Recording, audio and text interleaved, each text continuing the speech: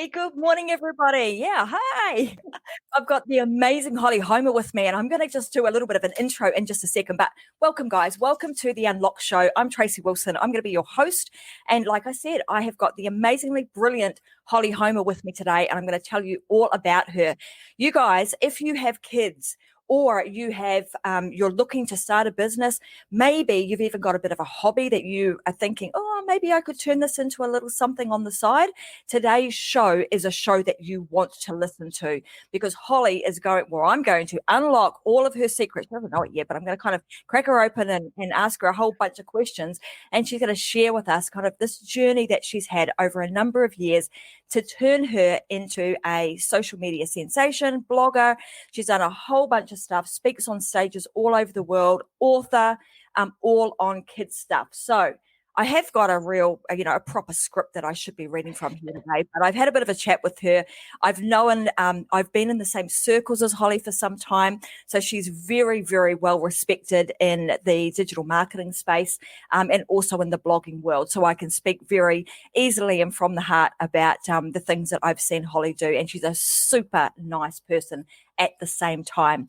She's got this funny little thing where she says that she loves all sorts of things like traffic and algorithms. So she gets really into all of that, bit geeky, I might say. She has got the Quirky Mama blog and also, Facebook group and does like a whole bunch of stuff that she does with kids online. And we're going to unlock all of that and share them with you. So welcome to the show, Holly. These guys are watching you currently on, 7 different channels, Facebook, YouTube. You're kind of all over the place today. But we want to make sure that we're giving these guys, best secrets we've got to help them kind of take their ideas that they might have in their head and actually turn them into really successful businesses, just like you have. So welcome. I love it. Thank you. I'm so excited to be here, and I am an open book. So let's roll in the secrets. Awesome. Well, let's start with this because Holly and I were having a bit of a chat beforehand, and it's always nice when you've got a bit of a connection with someone. She was telling me she's got 3 boys, and I'm like, yeah, I got 3 boys. And she was saying, well, how old are they? And I was rattling off how old my kids are now. They're now grown men. She's saying, well, they're the same sort of ages as me. So a lot of what she's going to talk about today, I'm sure, is going to resonate with not just me but all of you guys also watching. So take us back, Holly. And I was saying to Holly that often people think, man, I'm going to start a business and I'm going to be an overnight success. So take us right back to the beginning. How did all this happen? How did you start in this space? So I was like a total overnight success over 15 years. But in fact, I started the blog by accident. I had a friend. I had little kids at the time.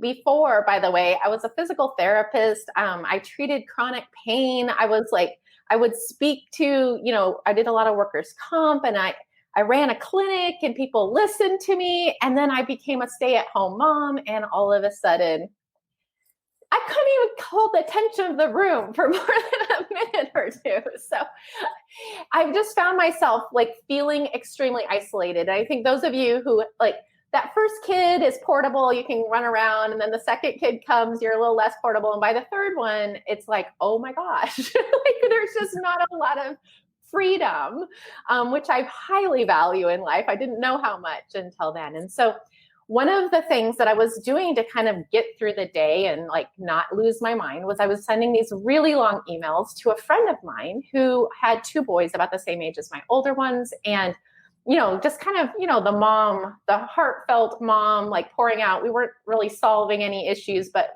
kind of just, relating and figuring out we both were living kind of parallel lives. And so we would just send these big emails back and forth once a week on Saturday mornings. And then about a year into this, on a Saturday morning, I'm waiting for my email to come. And the subject line is, I think we shouldn't email anymore. And I'm what? I'm not going to make it till bedtime. And so when I opened up her email, she said, hey, I'm emailing someone else. Oh, thanks. And that, we should all start blogs. And she explained that, because blog was, that we could start these blogs and then we could go to each other's blog. And so instead of emailing, and she wouldn't have to copy and paste stuff twice, she could just put it on our blog and she would have 2 readers. So I was like, okay. So she sent me to Blogspot. I filled out, the form to start a blog. And that was 15 years ago. I started a blog called June Cleaver Nirvana. Had never read a blog, didn't know anyone else blogged in the world. And just started like putting things out onto the internet about kind of the silly little things that I was seeing at home. And it kind of grew into little stories that I would write about I felt like I was like the Seinfeld of motherhood, like nothing actually happens during the day, but you make it through. And I always wanted like a silver lining kind of thing. Cause this is something I'd always wanted to be, was a stay-at-home mom. And so I wanted to remember those times. And it was so good for me because it put me in a perspective, even when like chaos was like in my life. I could sit back and immediately pull myself out and kind of watch it as an observer because I knew I was going to be writing about it later. And I think that above all is probably worth more than even, the really successful business that came from that afterwards. My sanity. Yeah. I mean, and what I hear from that, like a lot of people too think often, wow, what's going on in my life? Like it's boring. Nobody wants to hear that. But, with what you've done in writing about the everyday things, the things that are going on in my life right now as a mum, having these kids at home and I'm losing my mind, I'm not getting out, all of those sorts of things. What you think sometimes is like not common to you is actually the common thread. And that's the thing that people, they want to hear, they want to know that they're not alone. They're not crazy. They're not silly. It's like, I'm actually quite normal with all of this. Yeah. And, the other thing that I saw very quickly, that I had been scrapbooking, which was a very expensive habit, that many years ago. And so I figured out, oh my gosh, I'm going to be able to put these pictures and these stories online. My mom can read them. And so it really became kind of that place to capture the memories and the little bitty stories that of like, when a 2-year-old says something cute and you're like, oh, that's so adorable, I'll remember it forever. And then by, bedtime, you have no recollection of it. And thankfully, I was able to kind of capture those. And some of my favorite emails early on were of actually grandmoms were like writing me and just saying, your writing reminds me of when I had kids that age. And I was like, oh my gosh, like, that's just so, so sweet because like, it is so true, Tracy, that it's those little teeny, like it's the little things that bond us. I mean, like, it's great if we can all do an amazing vacation together, but that's not reality. Most of the time it's like something funny that happens over coffee or a silly thing that happens on the phone when you're chatting with a friend. I mean, there's so many things. I mean, one of the you just made me remember that I've also got another business that we created called Project Unite Us, and it is about uniting families. And a lot of the things that you're talking about, it's like, yes, that's exactly why we do that too, because it is about like remembering those little things, keeping all of those memories alive. And exactly like what you've recognized when you've got grandmas kind of looking at stuff and going, oh, I remember when my kids were like that. It's allowing them to reminisce and to remember and to, to really treasure the times that they've had. Now in your journey, because what I found really interesting is like that whole thing started, with something that was quite innocent, like I need to just reach out and call a friend and just email her and tell her what's going on. And then all of a sudden, hey, she wants to break up with me and we're doing this other stuff. I mean, that's kind of, it happens often, right? And nothing is by mistake. That's all been, perfectly crafted at the right time for you to do that. But then that unfolds and you start going down this journey of blogging. Did you ever think that you would get to the point where, like, I was looking at your website and it's impressive with the number of staff that you've got on, the number of writers, like there's a lot of stuff that goes at, like, you're a one-man band back there, one woman band, I should say, writing solo now you've got, up to 20 people on staff with, chief editors and just kind of this big operation. So let's kind of fill the gap in between of how you started out, you're doing this thing, you're blogging hobby. And then when did the moment hit where you were like, do you know what? I think there's something in this. I could turn this into a business. What was the process you went through there? Yeah. Well, it was a very slow process, especially at first, because back in the olden days, like no one was making money off their blog at all. I mean, there may have been like a name, like a celebrity or two. Martha Stewart comes to mind, that she had a website that was well monetized and stuff like that.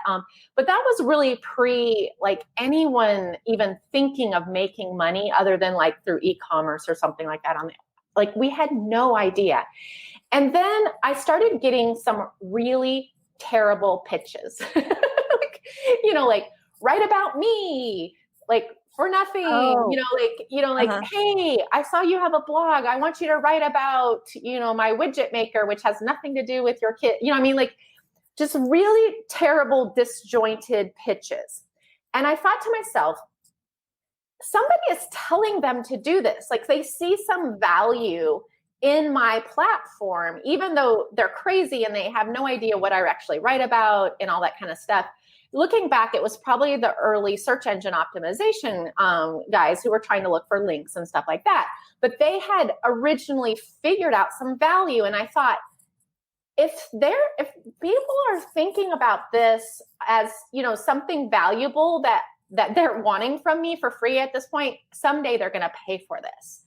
And so I just started like being open to whatever came next. And that's kind of the story of my entire thing. Like I said, I was a physical therapist. So while everybody was taking creative writing in college, I was in a laboratory. Mm-hmm. So I had no writing experience. I had no, that wasn't even on my radar. First of all, I just wanted to learn to write. And so I had made a commitment. I'm going to write every day until I get good at it.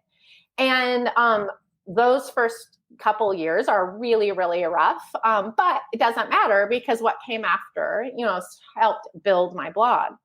And then as video started coming in, I've had some really dramatic live video experiences on television, and where I froze mm-hmm. during the first half of a 30-second segment, and it just made Who would have thought, Holly? It was awful. And I got in my car and just cried all the way home. And I was like, I don't like sucking this much. And so I thought, what if I just started turning on my video camera? Because I had a little video camera, not worrying about editing, because that was my big excuse. Oh, I don't like to edit. Well, thankfully, right about that time, Google Plus started letting us live stream. So mm-hmm. I was like, oh my gosh, I can do that and I won't have to edit it. So it took away the excuses. And I noticed that about 100 hours in of live video, and it's all still on my YouTube channel if you want to go back and learn a whole bunch about Facebook, is about 100 hours in, I felt really comfortable and pretty good at it. And so this is where all these things I totally sucked at, had no idea how to do it, and just thought, it'd be kind of fun to get better at it. And so that was kind of the journey. Yeah, I mean, the thing, I've heard this often, and you would know this too, that there was and I think it might have been Garrett White that said this. I love that quote. Yes. You've got to suck long enough. You've got to be comfortable with sucking long enough that you actually get good at it. And I mean, that what you've just explained there is a classic example of that. Man, I sucked at that. But you were willing to kind of step up, give it a go through the process and feel that emotion of, man, I suck doing that, but I want to get better. And you just continue to persist.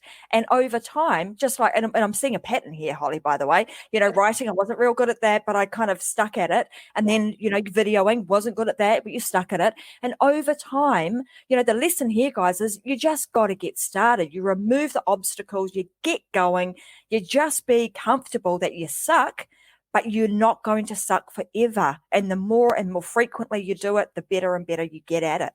Yeah. And I think the other thing that is really on my heart when I think back about kind of the transformation in my own life, that I had to happen to make any of this, like any of this happen, is that I just remember it was many years ago when Oprah had on her, her show on network television, and back when we used to watch TV, and one of she was like in that whole vision board, and I'm much more woo woo than I ever was back then. Mm-hmm. And so like the vision board thing was just like, it was like, oh, that sounds crazy and all that kind of stuff. And so like I was in some sort of, group of other bloggers where we were talking about kind of like nobody set goals back then. Like it was just kind of like, oh, what would you like to do? Like she was one of the first people that kind of even introduced that to me. And, in the vision board thing. And I thought, a lot of people are saying I really dream of being featured in Oprah magazine or being a guest on Oprah. And I thought, and I said, like, in order for that to happen, that's out of my control. In order for me to say my big dream is to go on Oprah, she has to call me up, and I'm really uncomfortable with setting my goals with things that are outside of my control. And so I said, I don't want to be on Oprah. I want to be Oprah. And mm-hmm. And it was such a weird thing for me at that moment because first of all, suburban mom, stuck in her house with, and I said, I don't know what that looks like, but I really feel like whatever I'm going to be doing in 5 years hasn't been invented yet. There's no way for me to put it on a vision board because whatever, I would never have guessed I would be writing on the internet or doing videos on the internet back then. But the fact is in 5 years, it's going to look completely different. I have no idea what that looks like. I'm just going to go in the direction of being Oprah. So it wasn't and I'm so thankful that I didn't let my imagination hold me back, because I would have shot way low. I would have been that seems really hard. But just to say, no, I'm just going to run in this direction that just seems really fun and good to me right now. Yeah, and I think that's really important. And I know Vicky Helm, she speaks about this, she's spoken about it on her show. It's like going with the flow, just allowing things to, to happen. And she had Dr. Joe Vitale on, we're talking a couple of months back now, and it was the same stuff that he was talking about. So, when you say, hey, I'm way more woo-woo now than I was back then, I'm hearing you, because I'm kind of like that too. And vision board, funny story, but I think I recall when Oprah was doing that, and I think everyone kind of got on the bandwagon. Anyway, I created this vision board too, and I'm going back probably 4 or 5 years. And anyhow, we'd moved a couple of houses, and when we moved to our apartment, I went downstairs into our cage, our storage cage one day, and I'm rummaging through some stuff, and I come across, oh my God, that's my vision board. It really should be in my office. But anyway, I pulled it out, and there were all these pictures on there. I'm like, holy crap. All these, I couldn't believe that I was looking at this board, and the vast majority of things that I'd actually put on there, I had seen, I had done, I had achieved. So it absolutely, I know you talk about, setting really realistic goals, but it's like once you get that big picture in your mind, then you start working towards those, what are the small steps that I can take each and every day that will actually inch me closer to that. The other thing I loved is, you're talking about, I'm not going to be on Oprah. I'm going to be Oprah. And that piece, that whole transformational piece for us around, we have to step up and be the person that you are wanting to be, to have the things that you want to have, to do the things that you want to do. That's kind of the first part of the entire transformation process. It really is. And then it really removes the excuses, because, and I think this, at least for me, I don't know if it's the same for other women, but I think our biggest enemy is us talking ourselves out of stuff. And so when I'm just hey, I'm just running in this direction. Like, I'm not sure where it's going to go. I just feel really happy about that. And like, I kind of started the blog for the adventure of it anyway. So like, anything that, even if adventure, I felt like would lead to opportunities and money. And so I just followed those things. And every single time there was some sort of crazy thing that would happen that I couldn't predict. Like, for instance, I had been live on Google Plus for many, many hours and running shows. And by the way, on Google Plus, no one showed up live. Like, there were no live viewers on Google Plus, but it would live on your it would live on your YouTube channel, so that like people would come afterwards. But anyway, so this whole idea of having live viewers, when Facebook Live came out, and, they roll it out to celebrities and stuff first. And so I was just waiting to finally get my Facebook Live. And so I got it on like 5 o'clock on a Friday afternoon. And by 7 o'clock, I was live on my page, Quirky Mama. And I was like, oh, what am I going to talk about? And I was like, I'm just going to talk about mom stuff, And so I just would turn on the camera and just talk about mom stuff. And there was people and they were talking back and we were having conversations and it was really, really cool. And about a week later, I got this email and it said, hey, I'm so-and-so from Facebook. Do you have time for a call? I'm like, yes. And so I got on the phone and she's like, we've been watching you. I'm like, holy crap, what? Like, no. And what that led to, not because I was brilliant, because it was not brilliant programming, but because I was one of the few people that turned on the camera that first week that Facebook Live was going, is I was invited to meet with the Facebook Live team in Hollywood with 19 other people who were early adopters to Facebook Live. And it was like, I just remember sitting at this table, like that like dream dinner table, like, oh, who would you have? Like presidents and all this kind of stuff. Like these people were fascinating. Like every single one of them did something amazing. And then I was like, hey, I'm like, stay-at-home mom from Texas. And it was just like the most like eye-opening thing that I was like, yeah, they're all incredible. And like, one's a tattoo artist, one like literally juggles fire for a living. I know a fire juggler. And then Holly, but I was included in that, not because of anything other than the fact that I turned on my camera and I did it. Mm-hmm. I turned on my camera, and that's how I got included. And when you started talking to the other people, they felt like their journey was very similar. They're like, yeah, I'm a fire juggler, but like, so a bunch of other people. And I'm like, well, I don't know those people. And they're like, well, because I turned on my camera. That's why, that's why you know me. Yeah. It's being prepared to put yourself out there, be seen, be heard. Mm-hmm. So just get it. Don't worry about how good it is when you're starting out.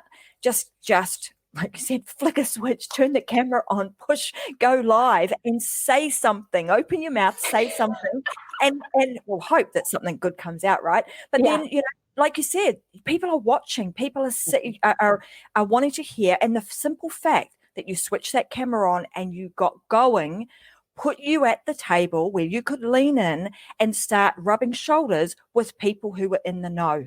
Mm-hmm. It's so true. Yeah. Amazing. So I know that we've got some viewers listening and watching today who are like in the kids space, they call it, like doing stuff at home with kids or helping, mums at home. What are some tips that you could give them to like get themselves going? Most of them, like maybe they might be doing crafts and selling them from home. What sort of stuff would you recommend, given that you've been doing this for 15 years and obviously the landscape's changed significantly? Yeah. And I think in a certain, there's kind of, it's good and bad that the landscape has changed. I think it's a lot easier to build a business quicker because there are instructions like you couldn't even Google stuff when I started my blog. Like you were like, there was no results on like how to do this, it was a very different space. And now, there's it's almost overwhelming how much information is out there. But through the building of my business, My boys are now almost 15, 17, and 19. So I have two high schoolers and someone in college. And through that whole time, I partially homeschooled. I worked from home. My husband retired a little over 2 years ago to join the company. So he now works with us from home. And so I understand the feeling of overwhelm when you're, especially, the story was so less compelling, 9 months ago. And now I'm here to tell you, it's actually an amazing experience if you can start figuring it out. Now, when they're little, that's going to be a much harder situation for you because you have to be a lot more engaged in what they're doing. But if your goal is to raise independent thinking children that can be, self-sufficient adults, then making sure that's part of what they're doing at home can be really, really powerful and put them in a position of making wise choices without them even realize you're supervising them. So I know a lot of people are looking at that right now. The other side of that is there's so much opportunity for the side gig. Like I started this just writing less than an hour a day, and it builds up over time. My very favorite movie in the whole world is What About Bob? And if you're from a child of the 80s, a really good thing. But one of the things that he talks about, and the whole movie is about a therapist who's trying to help Bob, who has a basket case. He's a basket case about everything. But one of the things that drew him to this therapist was that the therapist had written a book called Baby Steps. And so it was just like 1 foot in front of the other is going to change my life. 1 foot in front. And so Bob throughout the movie is like, baby steps to the elevator, baby steps to the sailboat, baby steps to this. And that's something that still rings in my head on like something that seems overwhelming to me, because baby steps and moms may not have big blocks of time, but they have times for baby steps, and they're really good at multitasking too. So there are baby steps that you can take every single day to start building a business. And that business, it doesn't have to change the world on day 1 or day 100. You're just working in that way. And the second part of that is every single one of those baby steps you take brings clarity of where you need to go. And and that's going back to just doing it. Just do it every day. Just do a little bit. If you only have 5 minutes, you don't skip it. You do 5 minutes worth. Yeah, it's sort of, as soon as we were on the topic of kids stuff, it's sort of like I remember being a little kid being at birthday parties and, pass the parcel. It's like you unwrap one layer at a time. Sometimes there's not a prize inside of that layer that you just take off. You've got to keep unfolding it, keep staying in the game and keep waiting for your turn to come around until such time as you get to the prize at the, multiple prizes at the end. There might be little hidden things along the way. Mm-hmm. So it's so true. Yeah, I mean that's business, and that's kind of how it all unfolds. Your story is actually in the book that Vicky Helm and I have written, The She Myth. So there is the different types of women who, how you create a business, and you're a classic example of one of those. You got into it, you fell into it by the accidental business. By accident. Yeah. You fell into this by accident, by the story that you've just told, and then all of a sudden, 15 years later, with all of these people on staff. So let's talk. When was the moment where you kind of because there would have been maybe there was one moment, or there was multiple moments throughout this 15-year journey where kind of the penny dropped. Oh, this is now happening. And now this is now happening. Can you think of any moments back where they were kind of really pivotal and they sent you on the new pathway and the new journey of where you've come to be now? Yeah, I mean, there's obviously been many along the way, but one of the first ones that kind of comes to mind when I think about the spark of monetization, that what I was doing was valuable, was that I was writing these silly little stories about me and the boys. And and back then, this was pre-Facebook and any other like social networks. And so we were pretty anonymous online because we didn't know if the internet was full of axe murderers at that time. So, but so I was kind of writing anonymously. You know, I would talk about things around my town, and I had gone. I live in Dallas, the Dallas area, where I would just say most of the girls are so much more versed at being high maintenance than I am. Like what I was finding is I would go into these beautiful salons and they would ask me a bunch of really hard questions when I just wanted I was just like, just make my hair look nice. Like, I don't know if I need a partial or a full. I don't know if I need a haircut. Like, I don't know any of this. Like, I'm here because you're an expert. But for some reason, like it put me, so many of those like salons put me in a position where I just felt super stupid. So I had changed a lot. I had been to every salon in town, and this new salon opened, and I came in and I was like, I don't know, just do it. And she was like, oh, cool, come on back, you know? And then they had an internet bar. Like this was very early in this, you know, and so like while my hair was being done, I could go on the internet, and I'm like, oh my gosh. And they had the most beautiful tile I'd ever seen. So I wrote a blog post basically about their tile and then how this experience had gone so well.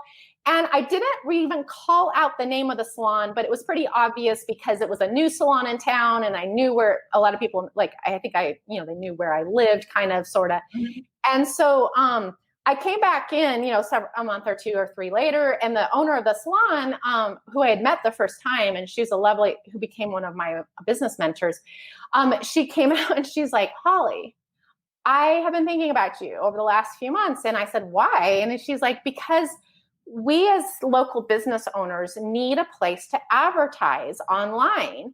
And back then it was like AdWords and a few other things, but not really anything where they could tell their story, or they could. And I was like, I appreciate that, but like, I don't know if anyone in this area even reads my blog. Because she was like, I want to buy advertising on your blog. And I'm like, oh, that's so sweet. But like, crazy lady, I don't even know that I have Dallas readers. You know, I didn't even have the ability at that time to figure out my analytics and stuff like that. And she said, oh, you have Dallas readers. I like, why would you say that? And she goes, I got 3 new clients from that blog post. It's like, what? And I was thinking about all the hoops those people had to go through to even find her from that blog post. But it was like this awakening that not only was were people reading and taking action on just silly stories that I was writing, but that a business owner might find value. And so that started me on a path. I started a local website for moms here in Dallas, and built a business through that, through kind of the old school online advertising where we sold door to door. And then thank God that isn't necessary anymore. Because, it just helped. It was kind of a stepping stone to what I do today on Kids Activities blog. Awesome. And like the whole Kids Activities blog, like, let's talk about I know it started with, blogging, and we're talking about kind of the stuff that's going on with mums, but how did the activities side of things kind of come to be? Because that is the one thing that is still like intact and thriving today. Yeah. So I can't take, so the other thing that happened during this whole period, and this was probably, 8 years ago, is I started realizing that I was a blogger that had business experience. I had run medical offices. I grew up as a daughter of an economist who was a professor who would tell his class, if my 9-year-old daughter gets a better score than you on this test, then you fail. So I was like, we were always talking about like the economy and like all this money stuff. And so it was really natural for me to then like, be a director of a clinic and be in charge of like hiring and firing and money and resources and all this kind of stuff. And so when I came to blogging, I realized that, to a certain extent, especially at that time when nobody was really monetizing, it was a lot of artists and creative people who were there. In fact, when I put like Google AdSense, like sidebar ads on my blog, like the blog world just like went up in flames that Holly Homer had sold out, and I was just like, really? Because I feel like if this is not sustainable, if I'm just pumping money in, it's not going to be like, this is going to be an expensive hobby. And so when I started realizing there are values in websites, I started buying and selling websites because I was like, I know enough that I can make it better and then sell it. And so it's kind of like flipping houses, but I was flipping websites instead. And so one of the things that came up for me was what was at that time called Quirky Mama. And it happened to be a friend who was selling it. And I had just sold a website almost exactly the same size and had gone through the evaluation process, which was not a science, by the way. And I was like, I don't know that this is going to be something that will work for you, but this is what it's worth to me. I would pay you this. And she was like, that's what I want. And so I bought Quirky Mama. And what I loved about what she was doing on that site was this was back when this was before anybody else was doing this. She was just like showing what she was doing with her kids. Super simple, like traditional play kind of things, like things you wouldn't think you'd need a blog post about, like how to make salt dough and stuff from our childhood. But I realized that this new generation of parents didn't necessarily come with that manual like the generation before. And so we just started doing all these traditional plays. And then as social media came in with Pinterest and all this kind of stuff, I really wanted this kids activities blog to be more about the process, about you spending quality time with your kids, not worrying about spending money. Open up the kitchen junk drawer. What do you have in there? Let's make something with it. And then kind of almost the anti-Pinterest parent. Now we do really well on Pinterest, but being like, hey, like we don't care what this looks like when we're done with it, because it's really more about the 15 minutes that we get to spend with our kid while we do it. So, and that really resonated with a lot of people. And so as the site has grown over the years, it's just been really cool because we've been able to move into, learning at home and homeschooling and parenting resources and pretty much anything that would support like somebody who just wants to play not only as a child, but play as an adult and really enjoy their life from just a super basic level. I noticed that a couple of the things that you'd shot through to me was like, finding those throwaway moments to emphasize. And I suppose they come out of those like spontaneous, what's in this? Everyone has a kitchen cupboard. Well, I do. The drawer with stuff in it. One of those you just pull out and go, well, what's in here? And start making stuff. And I love the fact that, Pinterest and Instagram are often full of, you've got to have it just so, like for it to be successful and for you to have done it right, it has to look like, the designer did it. Whereas your messaging is, let's just get in there. Let's enjoy the time that we have together, more so than worrying about what this thing is going to look like at the end. It doesn't matter. And, the thing is like when I like we have 150 paper plate crafts on the site. So if you see a picture of a paper plate craft, do you really need to click through and see the instructions? We're talking super simple things. And so like some days I'm just like, how does this even work? Like, how does that blog post that shows someone how to do a paper plate craft, how does that even get clicks? Because if they see the photo or they see the thing, but I think to a certain extent, we all yearn for that experience, like that, and that thought of, and the planning of, hey, what our life is missing today is a little more play or a little bit more chatter. And I know as a mom of boys, I'm suspicious that you have the same experience. My boys do not talk. Like, I know nothing about what's happening anywhere unless I call like a friend who has a girl the same age.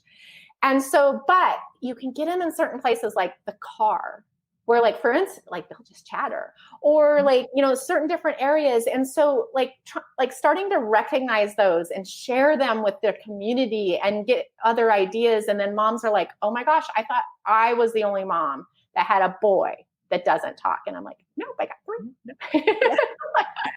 You're 3. I mean, you have to work really hard to get them to talk, right? So that, I mean, and I talk about this stuff because obviously the Unlock show is about family, business, and life. So I do share a fair bit of stuff that I do with, with my family to even get them to, unlock and to share things with me. But they share stuff with their dad all the time, every day. They're hard talking, but ringing mum and talking about guy stuff. I mean, I kind of get that much information, and John gets that much. So not fair. It's pretty normal. Yeah. So, I love the fact you talk about like just letting go and just have some fun. Just have some fun. Enjoy it. Yeah. I mean, it's just I don't know, like I feel like to a certain extent we're just taking everything so seriously. Like, and I blame social media to a certain extent for this. I know I'm happier when I don't see what everybody else is doing. But like when you're like, oh, I've got to like put a picture of this, or I've got to do, it changes the intention of the entire thing. In fact, I was really lucky to kind of understand that early on. Because I did, once blogging became kind of a thing that sponsors were looking into and using to get out their message, I was among the early, kind of mom blogs that were able to work with big brands like Oreo and Princess Cruises and all these other ones that were like really amazing, amazing companies, appliance companies and stuff like that. And I took one vacation. It was not with a cruise line. I took one vacation that was sponsored. And I found like that was not a vacation. Like that was not a vacation because I was sitting around staging everything. Okay, we need to do this. We need to do this. Okay, kids, you need to do that. It wasn't a vacation for me. It certainly wasn't a vacation for the kids. And it taught me really early on that I can't mix that. I can't even really mix it on my personal. You won't see a ton of stuff on my personal profile on Facebook even, because if I take a picture of it, I almost feel like it's stealing it from me. Now, if I take a picture of it and leave it on my phone, that it's me because I can, back and roll. And what I end up doing a lot of times is I'll take a lot of pictures but then I'll wait to post until later. And then it feels like more organic that way. But I want people to start being conscious of that, because I think it's something that like I arrived to just because it was like super glaring, like, oh my gosh, my time is not my own if I'm doing something else. So is it possible that social media is stealing some of the joy from your moments because you're planning that next post? And for me, it was. And so I just had to remove that. And I think and I don't know, like it's all fun to go and judge other people, but I do feel like to a certain extent, a lot of what's happening in the world right now is happening for that photo op. And it takes away from that moment. And I'm just here to say that from personal experience. And it worries me, because then it's like, oh, well, so-and-so is doing such and such. And you're like, I mean, I just remember one family photo, because I have 3 boys. It took us probably 90 minutes, like 4 tantrums. I think I was up to like $25 in bribes. Like if I had chronicled what went in, which I ended up doing in a blog post, but when I chronicled all the things that went through for that happy family picture, we didn't feel so happy at that point. And I think what if that's something that you're trying to do every day? Like I think it's a joy thief. I really do. It often, it is if you allow it to be, right? Like like you hit the nail on the head. It changes the intention. So if your intention is, I'm going to stage it, I'm going to manufacture something so that I appear to look good and look great to the outside world, then that becomes the joy thief. And it's interesting you should say that, because I was thinking about this the other day, and just a few, people that I've sort of been following and watching and seeing, knowing their children, but then seeing their online presence. It's like this perfect child with the perfect shot at the perfect time, when I know that kid would have been screaming and kicking and just not wanting to do that. And often she'll say, they'll say, hey, to get that actual shot, man, they were screaming and carrying on beforehand. Sometimes it's like, what's the point? You've taken the joy out of that moment. Just enjoy it. Take some spontaneous shots and come back and use them later. Yeah. And, and the thing is I have two follow-ups on that, because one thing is we don't connect with perfection. Like, I can't, like, when I see, the perfect family photo or the perfect selfie, you don't necessarily connect with that. Like, that's not, so it's almost counterintuitive to a certain extent that we're trying to push forth this feeling of perfection. Like, we're all living in magazines. And it's one of the reasons why Instagram and I just never really got along. I felt like on Facebook, you could add the story and all that kind of stuff a little bit more, because I'm more likely to connect with someone else who's like, oh my gosh, it's 2:00 and I finally got clothes on. Like, that's more like the person that I'd be like, oh my gosh, we're totally like BFFs. So, like, I think one of the things that, people maybe, in an intention to feel important, to connect with more people in the world, they're actually doing something that's working against them and getting them less actual connections and more like, oh, she's too perfect for me. Like, I wouldn't understand. Like, we would have nothing in common. Yeah, absolutely. That is getting that deep connection, because you're then like me. Yeah. If I looking at someone else who's got perfection, it's like, oh. Yeah, I mean, I think it works for like the Kardashians, but like, it doesn't work for real people like that. Like, I don't know. It's not. And even like, if I was going to invite someone over, I would much rather sit down with somebody who we could just giggle over a glass of wine than be sitting on my best behavior because I want to make sure that I'm impressing them. So that's one side. And then the other side, for those of you who do need to have your children as part of your business, because if you are starting a business or you're doing a side gig that involves kids, you're going to need children in your shots and in your pictures and stuff like that. Is what I learned is I hired them. But we sat down, and this started when they were very little, probably 4 or 5. I had a contract. And so I would come to them and I would say, this is the job I'm offering you. It is a photo shoot that's going to take 15 minutes. You will get paid X. Or we did some online commercials and stuff, that they wanted the kids involved in that were full 2-day, video shoots at our house. So these are 2-day video shoots. You will be paid X. But the key to this, if you have really smart children like mine that will manipulate the situation, which is a good thing. We're raising independent thinkers, so let's not forget that. But so one of the things I would say is, let me explain to you what happens when someone gets fired. When a contract means that you agree willingly that you're going to do these things. You're going to stand and smile. You're going to follow the directions. You're going to do whatever. If you get fired at any point during this contract, you get zero money. Okay. But I want you to sit down and think long and hard if this amount of money is worth it for you. And I, generally pay them well because I was being paid well. And so I remember the first time, I was freaking out because Hidden Valley was coming to my house to videotape for 2 days. When they showed up, 18 people, that tent in the backyard and all this kind of stuff. And I had little kids and I was like, holy crap. They just spent tens of thousands of dollars to get all these people to my house. And we're relying on my 3 little boys to not screw this up, But it was the first time I had known it was going to be big. I hadn't known it was going to be as big as it was, or I probably would have chickened out.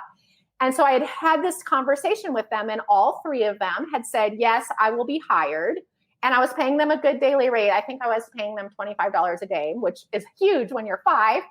And so the first at the first lunch break, my kids were all sitting beside me, and one of the ladies came up and she goes, Holly, the whole crew is saying how well behaved your children are. They've never seen anything like it. And I was like, oh, that's because they're afraid of being fired. And they were so funny because she was like, what? So I showed them the contract, and they were like so excited about it that Hidden Valley ended up like writing them checks from the corporate account because they were having such a good time with it.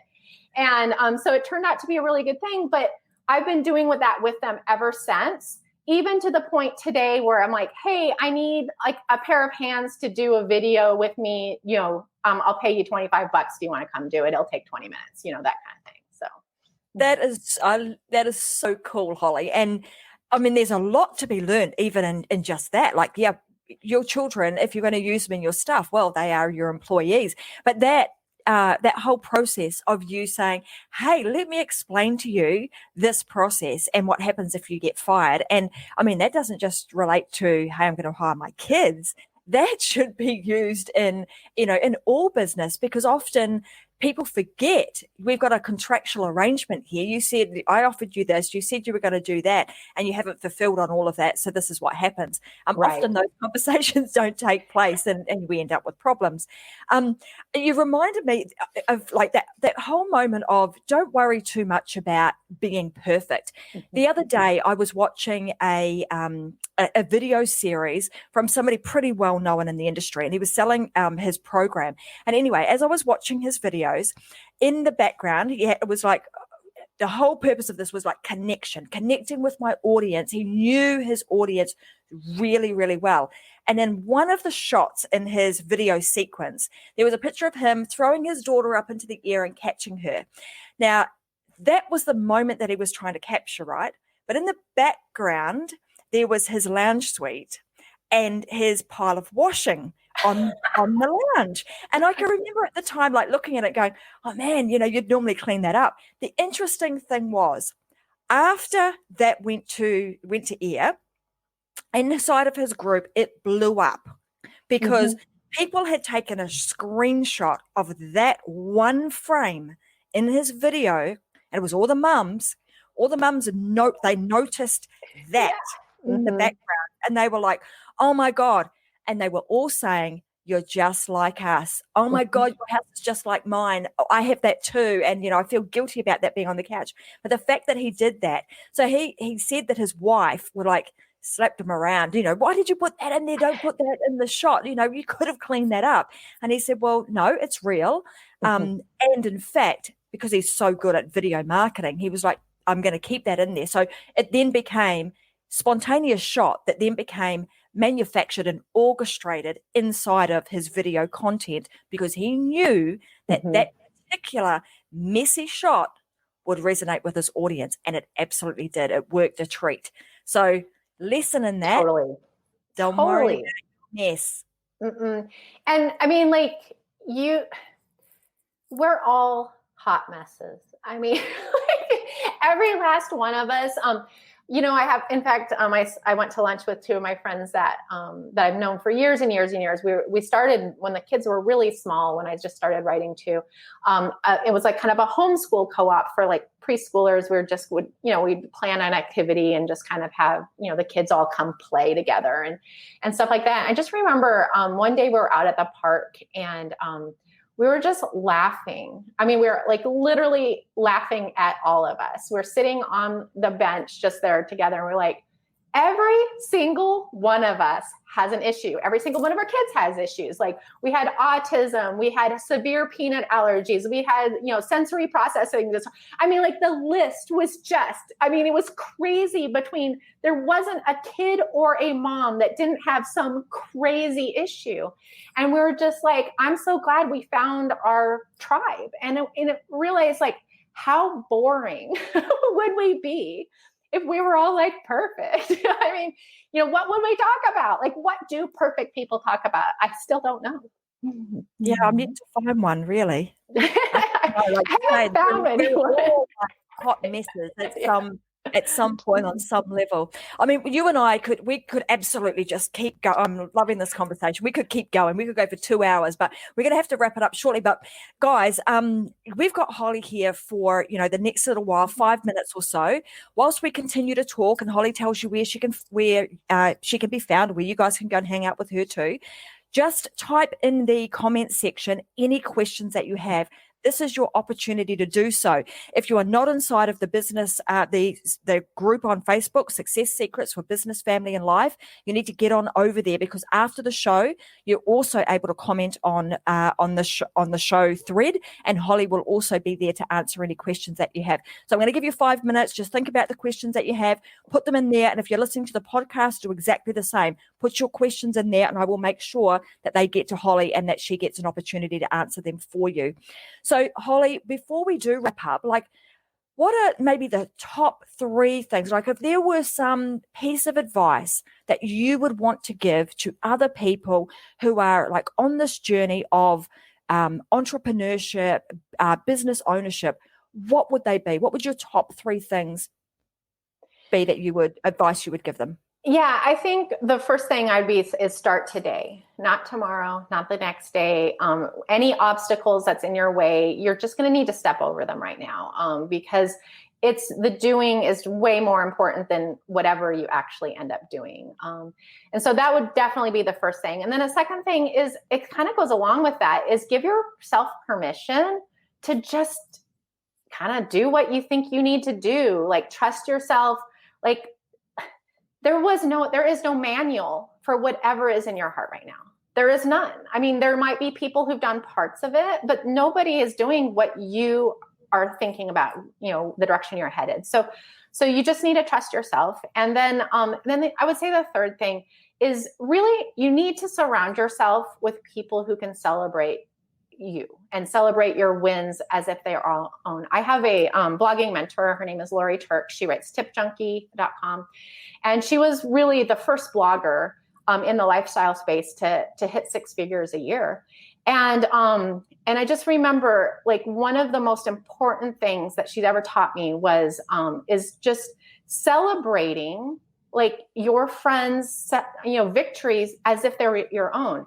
And I remember how well she does this, by the way, is one day I called up and I was like, oh my gosh, I landed this sponsorship. Like, it's something I've been working on for a year.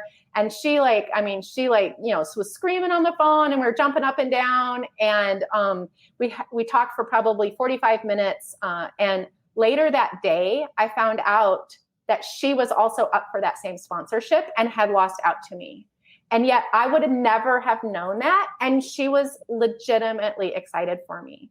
You can't fake 45 minutes of girl talk on a phone. And so when you approach not only friendships that way, as far as, making sure you're hanging out with people that you can absolutely do that genuinely for, but also then allowing them to do that for yourself as well. Absolutely. And I mean, that I don't know about you, but like when I'm mentoring and coaching other people, I get more kick out of seeing their success and seeing the stuff that they're doing. And when they ring up and go, Trace, I've just landed such and such a client. I talked about this the other day and I was having trouble with it. What we've now done has worked. I mean, that just, floats my boat. I love hearing that sort of stuff. So guys, I'm just going to pop up on the screen where you can actually go and find Holly. So just give me 2 seconds and let me just pull this up for you, because given that she's been on the show today and just been super, super generous in sharing, her journey, I am positive that you guys are going to going to want to go and see where she is. So here you go. You can go and find Holly on Facebook. Just go to Holly Homer, and you will find her there. She does obviously the blogging, a number of books. I mean, other books. Who should buy your books, Holly? We'll also make sure that we put a list of the books that you've got. Who should buy them? So if you are looking for fun things to do with your kids, I have 3 books out. 101 Kids Activities are the bestest, funnest ever. It's awesome for families playing together with different ages and even grandma and grandpa and stuff like that. And then 101 the coolest simple science experiments, like kitchen science, just super fun things and educational, but we answer the questions in the book, so you'll feel smart. And then the one that came out last year was 101 Kids Activities that are the ooeyest, gooeyest ever, which is like slime and Play-Doh recipes and all sorts of fun things that you can like get messy in the kitchen and then clean up real easily. Awesome.